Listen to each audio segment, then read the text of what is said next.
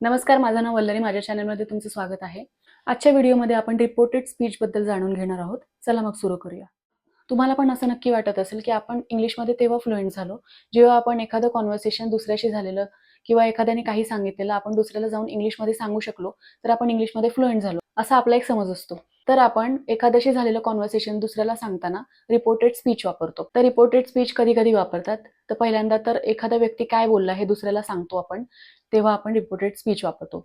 दुसरं म्हणजे जेव्हा आपण न्यूज बघतो टीव्हीवरती तेव्हा न्यूजमध्ये रिपोर्टेड स्पीच वापरली जाते. जेव्हा एखादं पेपरमध्ये किंवा कुठे आर्टिकल लिहिलं जातं किंवा एखादा रिपोर्ट लिहिला जातो तेव्हा आपण रिपोर्टेड स्पीच वापरतो. एव्हरीडे कॉन्व्हर्सेशनमध्ये पण आपण रिपोर्टेड स्पीच वापरतो. जेव्हा आपण एखाद्याला सांगत असतो की हा मला सकाळी असं बोलला, हा मला दुपारी असं बोलला किंवा हा मला परवा दिवशी असं बोलला किंवा ह्याचं हे म्हणणं आहे हे दुसऱ्याला सांगताना सुद्धा आपण रिपोर्टेड स्पीचच वापरतो. रिपोर्टेड स्पीचमध्ये मेन वर्ब आणि रेस्ट ऑफ द सेंटेन्स हे पास्ट टेन्समध्ये जातं.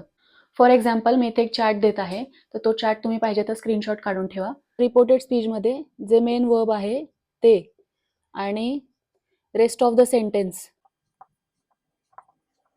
पास्ट टेन्समध्ये जाणार. फॉर एक्झाम्पल आपण बघूया आता. डू और डज त्याचं होणार डीड, आरचं होणार वर, विलचं होणार वुड, कॅनचं होणार कुड, एम और इजचं होणार वॉज, हॅव आणि हॅजचं होणार हॅड. आता आपण पहिल्यांदा रिपोर्टेड स्पीचचे एक सोपं उदाहरण घेऊन बघू की जॅक म्हणतोय आय एम फीलिंग हॅपी. तर जॅक जे बोलला आहे ते आपल्याला रिपोर्टेड स्पीचमध्ये सांगण्यासाठी दोन ऑप्शन आहेत. एक तर आपण म्हणू शकतो jack said I am feeling happy, आणि सेकंड ऑप्शन मध्ये आपण म्हणू शकतो की जॅक सेड दॅट. आता आपण हे दॅट वापरतोय हे ऑप्शनल आहे, हे नाही वापरलं तरी पण चालतं. That he was feeling happy. आता आपण इथे जे वर्ब होतं एम त्याचं वॉज केलेलं आहे, जसं आपण चॅटमध्ये बोललो होतो तसं. आणि जॅक सेड हे आपण पास्ट टेन्स मध्ये बोलतो. आता बऱ्याच लोकांचा आपण मराठी भाषिक असल्यामुळे से आणि टेल मध्ये गोंधळ उडतो. ते से आणि टेल मराठीमध्ये आपण जसं बोलतो तसं वापरायला जातात आणि तिथेच गोंधळ होतो. त्याने मला सांगितलं, तो मला बोलला, इथे लोक ही सेड मी असं बोलून मोकळ होतात. जेव्हा आपण से वापरणार तेव्हा से समबडी नसतं, त्यामुळे जेव्हा आपण से वापरणार तेव्हा कंपल्सरी से टू येतं, आणि जेव्हा आपण टेल वापरणार तेव्हा टू येत नाही. For example say to somebody असतं आणि टेल समबडी असतं.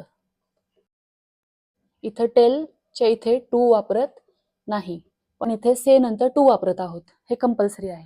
आता इथे लक्षात घेण्याचा पॉइंट काय आहे, जेव्हा आपण सेचं पास्ट टेन्स वापरतोय तेव्हा आपण सेड समबडी, सेड हिम, सेड हर असं नाही वापरू शकत. आपल्याला सेडच्या नंतर टू वापरणं हे कंपल्सरी आहे.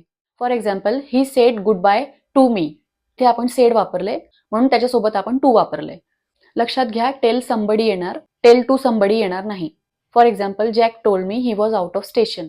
आता मी स्टार्टिंगला सांगितलं आहे रिपोर्टेड स्पीचमध्ये वर्बचा आपल्याला पास्ट टेन्स करायला लागतो. पण याला एक्सेप्शन केव्हा येतं, जेव्हा आपण एखादी फॅक्ट सांगत आहोत तेव्हा वर्बचा आपण पास्ट टेन्स नाही केला तरी चालतो. For example Tom sed Bali is more lively than London. मग रिपोर्टेड स्पीचमध्ये काय येणार, Tom sed that Bali is more lively than London. इथे आपण फॅक्ट चेंज नाही केलेली, सिच्युएशन चेंज नाही केलेली आहे, त्यामुळे आपण म्हणतोय Bali is more lively than London. दुसरं एक्झाम्पल बघूया. Jack said I want to go to Paris next year. हे आपण रिपोर्टेड स्पीचमध्ये म्हणणार जॅक सेड दॅट. दॅट हे आता तुम्हाला कळलं असेल की कंपल्सरी नाहीये, ऑप्शनल आहे. Jack said that he wants to go to Paris next year किंवा Jack said he wants to go to Paris next year. ही सिच्युएशन अजून सुद्धा आहे की त्याला नेक्स्ट इयर पॅरिसला जायचंय, त्यामुळे आपण त्याचा पास्ट टेन्स नाही केलेला. इथे नोट काय आहे की आपण इथे पास्ट टेन्स मध्ये हे कन्वर्ट नाही केलेलं, पण पास्ट टेन्स मध्ये कन्वर्ट केलं तरी पण वाक्य चुकीचं होणार नाही. मग हे एक्झाम्पल काय होणार, Jack said that he wanted to go to Paris next year. Past form वापरणं वर्बचं मस्ट कधी आहे ते आता आपण बघूया. जेव्हा एखादं वाक्य बोललं जातंय आणि जे सत्य आहे त्याच्यामध्ये जर फरक असेल तर पास्ट टेन्स वापरणं मस्ट आहे. फॉर एक्झाम्पल तुम्ही जॅकला भेटला, जॅक म्हणाला की Tom is out of station for a few days. म्हणजे जॅक म्हणालाय की टॉम काही दिवसांसाठी आउट ऑफ स्टेशन आहे. त्या दिवशी तुम्ही संध्याकाळी किंवा कधी सुपर मार्केटमध्ये टॉमला बघितलं. आता जॅकने तर सांगितलं होतं की टॉम आउट ऑफ स्टेशन आहे, पण तुम्हाला टॉम सुपर मार्केटमध्ये भेटला. तर जे जॅकने सांगितलं होतं आणि जे फॅक्ट आहे त्याच्यामध्ये फरक आहे. त्यामुळे तुम्ही काय म्हणणार? I didn't expect to see you here. Jack said that you were out of station. तर इथे पास्ट फॉर्म वापरणं कंपल्सरी आहे. आता एखाद्याला एखादी गोष्ट करायला लावणे किंवा रिक्वेस्ट करणं किंवा ऑर्डर देणं याच्यासाठी रिपोर्टेड स्पीच कसं वापरलं जातं ते आपण बघूया. जेव्हा एखाद्याला एखादी ऑर्डर दिली जाते किंवा एखाद्याला गोष्ट करण्यासाठी सांगितली जाते तेव्हा ती डिरेक्टली सांगितली जाते. For example, get out of the house, I said to Jim. आता हे रिपोर्टेड स्पीच मध्ये कसं येणार? I told Jim to get out of the house. अजून एक एक्झाम्पल बघूया. Don't go, Tom said to Jill. आता रिपोर्टेड स्पीच मध्ये आपण म्हणणार Tom asked Jill not to go. जेव्हा आपण रिपोर्टेड स्पीचमध्ये रिक्वेस्ट किंवा ऑर्डर्स कन्वर्ट करतोय तेव्हा आपण to go, to do etcetera वापरतो. जर पास्ट सिम्पलचं वाक्य आपल्याला रिपोर्टेड स्पीचमध्ये सांगायचंय तर आपण ते पास्ट सिम्पलमध्येच ठेवून सांगू शकतो किंवा आपण त्याचा पास्ट परफेक्ट टेन्स करू शकतो. जर एखादं वाक्य पास्ट सिम्पलमध्ये आहे ते आपण रिपोर्टेड स्पीचमध्ये देताना पास्ट सिम्पलच ठेवू शकतो किंवा आपण ते पास्ट परफेक्टमध्ये कन्वर्ट करू शकतो.